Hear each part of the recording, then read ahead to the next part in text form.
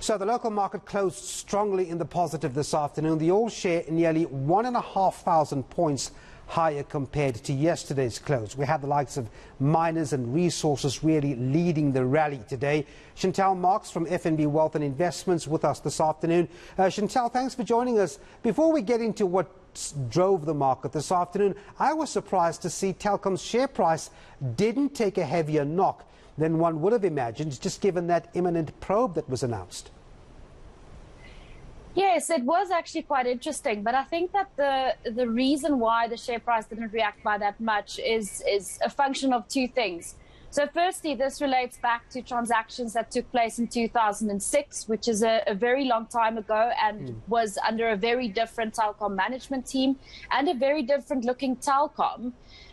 And the company itself has actually flagged some issues with those deals, and they're trying to, from a civil perspective, regather some losses from those deals specifically. So it does seem as if they are playing ball.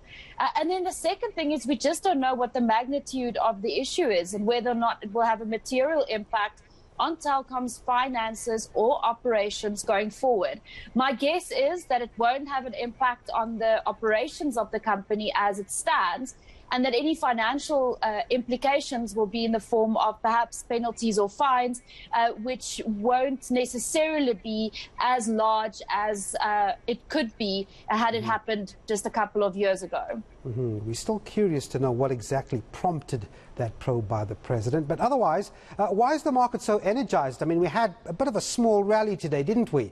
And nothing has changed with Russia and Ukraine tensions. Why is the market happy? I think it's just a question of bargain hunting. So the market was looking quite expensive, particularly offshore, with all this stress coming into the system surrounding the US interest rate decision and the stuff around Russia and the Ukraine, and a myriad of other issues that are dominating global headlines currently. But after the sell-off, so after the market sold off and came under pressure, things started to look a little bit more attractive. From a South African perspective, our market was not that expensive to begin with, but now it looks even less expensive. So perhaps some bargain hunting explaining those moves today. And then the rand is also very interesting, isn't it, Chantal? I mean, what, 15 rand 20, good news for importers, but it's showing that strength despite the fact that the dollar has been reasonably strong as well. Has it got anything to do with the potential interest rate hike that we locally could see tomorrow? So I think to a certain extent, yes, but I wouldn't think that it has too much to do with South Africa specifically. There does seem to be a little bit of risk on sentiment globally. So what that means is that investors are willing to take a little bit more risk. As I mentioned, assets like equities and stocks not looking that expensive anymore after that sell-off from the start of the year.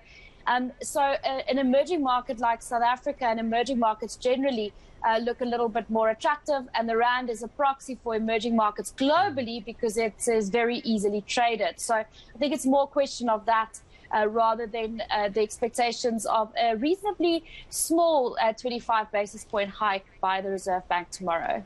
Yeah, indeed. Small, but if you lump them up together, as we expect, could be a hike for your loans come this year. But anyway, thanks very much indeed. Chantal Marx, Head of Investment Research at FNB Wealth and Investments. All right. So